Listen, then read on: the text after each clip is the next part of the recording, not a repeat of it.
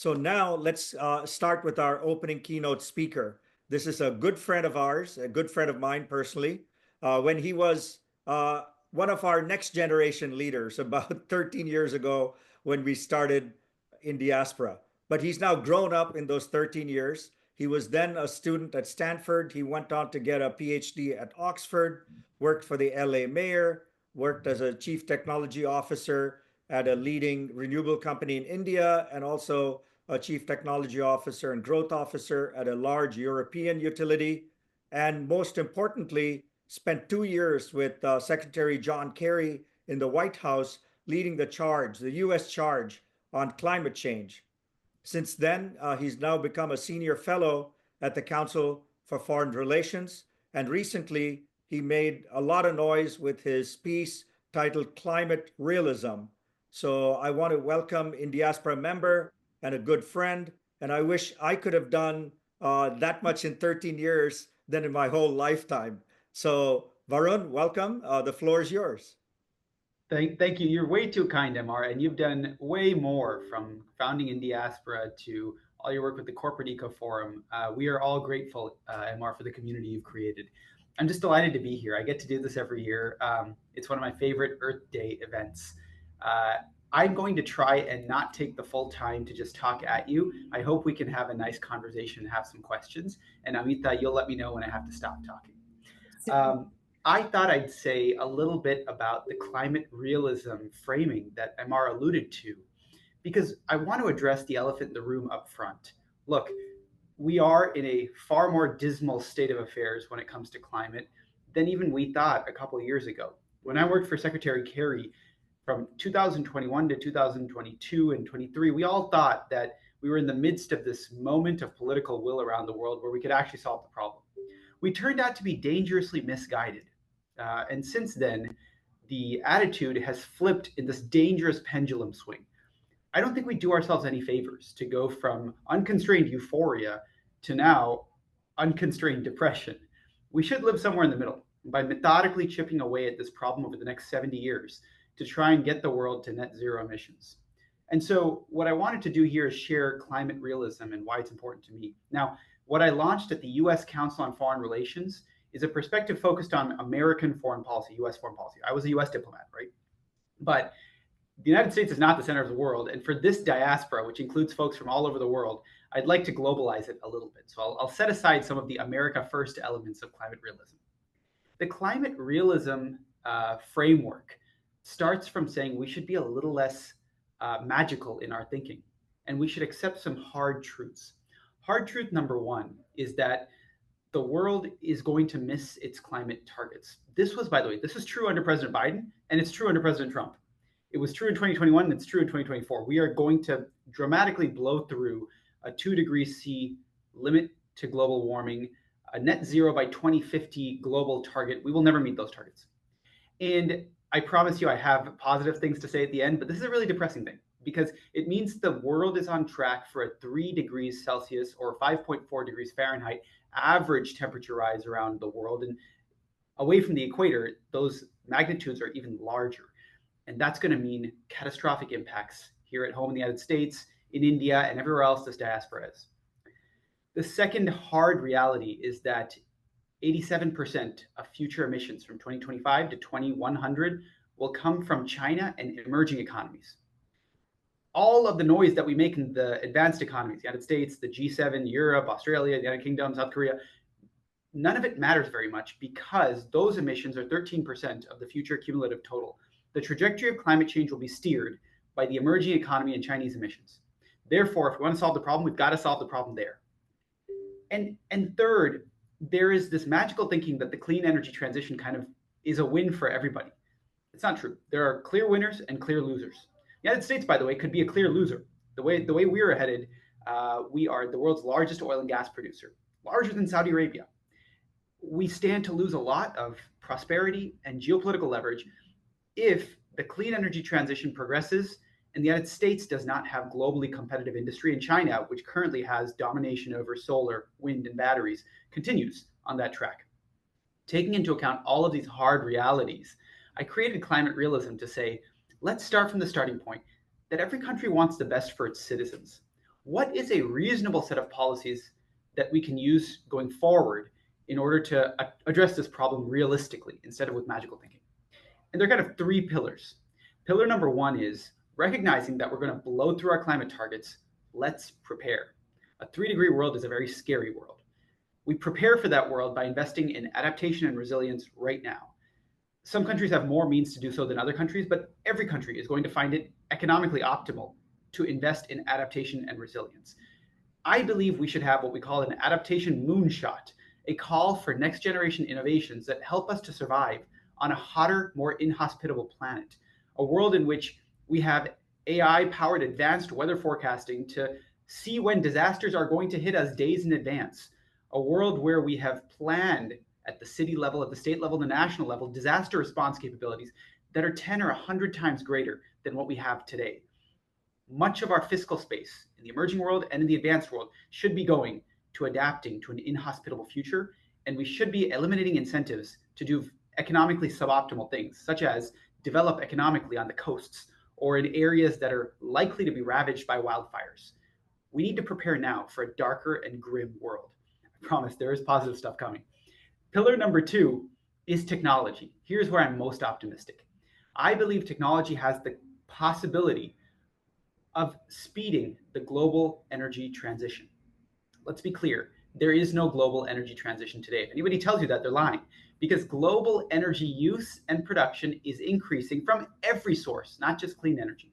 Clean energy may be rising faster, but around the world, it is dirty energy that continues to increase its absolute production, even if its percentage continues to fall.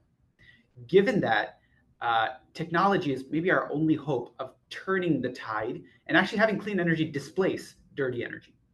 I think, for example, about the next generation of batteries that will enable electric vehicles that are fundamentally superior to current vehicles. I think about next generation solar technologies, nuclear technologies, geothermal technologies. There is a range of technologies where both in advanced and emerging economies, there's a chance to kickstart the energy transition. And if we do it right, for example, here in the United States, if we actually invest in industries where we can win, we have also a chance of aligning our political incentives with climate action. Because remember, American emissions don't really matter that much. We are on the order of 5 to 7% of the future cumulative total. It doesn't matter that much if America goes to zero. What matters is that America develops technologies that India and South Africa and Indonesia and Brazil and China can all use. And if we succeed in doing that, America prospers by exporting technologies. Our politics align with climate action because we make money off of it. And therefore, it becomes a durable political topic. Not every 4 years we change our minds. The third pillar is what I call global cooperation and leadership in order to avert the worst consequences of climate change.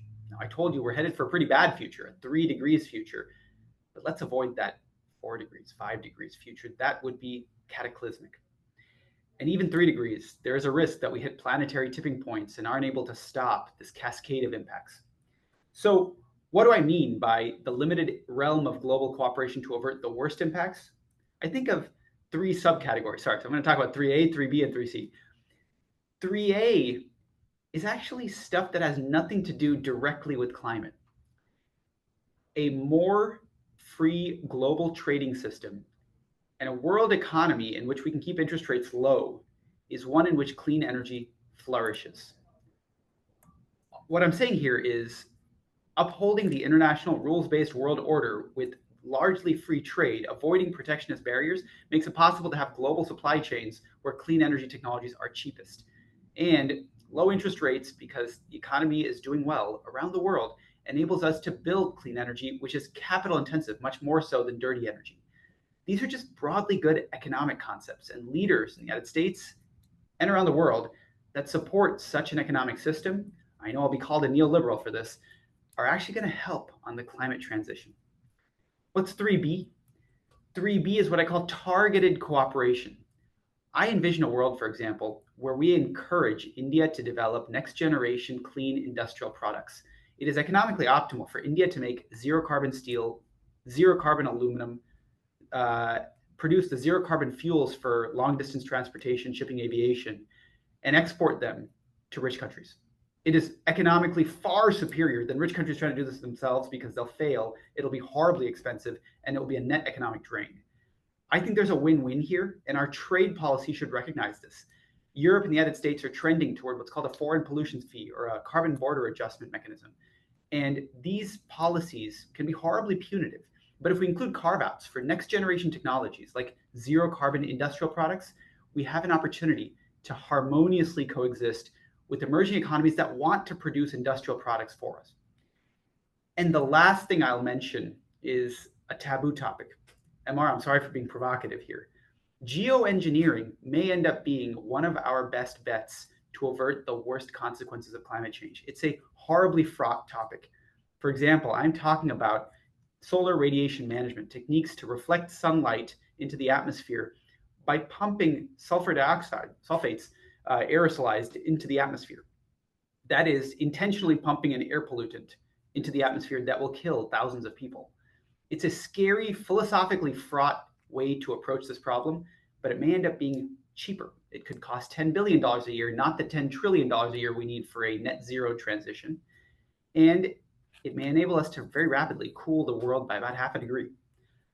If we have access to a tool like this, and we do it in an intelligent way with global cooperation and a lot of research, we might avoid the dangerous scenario where a rogue state, that state, by the way, in the academic literature may very well be India, where a rogue state goes and just unilaterally deploys it in a way that may be dangerous for the global climate or dangerous for human health. So I'll pause there, but I'll say it's time for some fresh thinking on climate. Climate realism tells us to discard all of the things that make no sense and focus on the things that could conceivably make some sense going forward. I'd love to have a discussion about this. Thank you so much for having me. Hope that wasn't too provocative. That was great, Varun. Thank you so much. We have a question. Can I just read it out to you? Yes. Your words on zero carbon industrial products are inspired. Can you speak more about targeted cooperation and the path to this socially? This is by Dr. Haley Mellon, who is actually a closing keynote for today. I think it's a great point. The political economy of this is the hardest part, right? So imagine in the east of India, you have your steel production. In the west, you have your refineries. Imagine if you had these industrial clusters, a green steel cluster in the east where you were using next generation technologies like green hydrogen or molten oxide electrolysis to produce green steel, harvesting renewable energy from the sun and the wind. And on the west, you had near zero carbon chemicals production or green hydrogen production. This could be the export engine of India's industrial products going forward. It's good for the world. How do we incentivize India to do it? And how do we incentivize the rest of the world to buy it? Well, the political economy is a little tricky. In India, there has to be a set of incentives that say, hey, there will be an export market if you do this, and you're going to be moving away from coal for your industrial base, and that's going to cause some economic displacement at home. Abroad, in the United States, for example, we have to have a clear carve out that says if India is willing to go to the expense of developing near zero carbon green steel, we better buy it. Our domestic steelmakers are not going to be happy. And this is a case where we in the diaspora have some political influence and clout. This could be a big one to say there's no good reason for America to try and become the world's green steel manufacturer. We are in the United States an economic superpower that can do far higher value add things. This is a great opportunity for a win-win, but it requires political economy moves on the India side and the US side, the European side, etc. Tough problem to solve, but I think we can solve it. Amazing. Varun, one more question since we have 2 minutes. If you good with that? Okay. Yeah, please. Recent budgetary cuts to the US Commerce Department impact weather forecasting. Is this a problem, or can private sector firms step in to fill the void? Yes, I think that's Sanjeev's question. It is a Yes. super important problem. NOAA, the National Oceanic and Atmospheric Administration, is struggling to continue to fund, weather forecasting. As you know, when there's a hurricane coming, you look at the U.S. model, you look at the European model, you look at the U.K. model, and you see, hey, let's make an educated guess. Yes, there are lots of firms that are developing technologies. Climate AI, for example, is a firm run by someone from the Indian diaspora.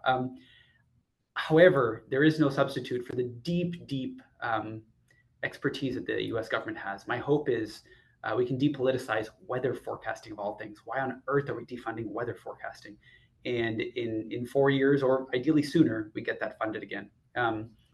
Amita, do you want me to jump into this question? Well, yeah, can we do one last one from Yeah. Shruti, our member, who also runs the IECC?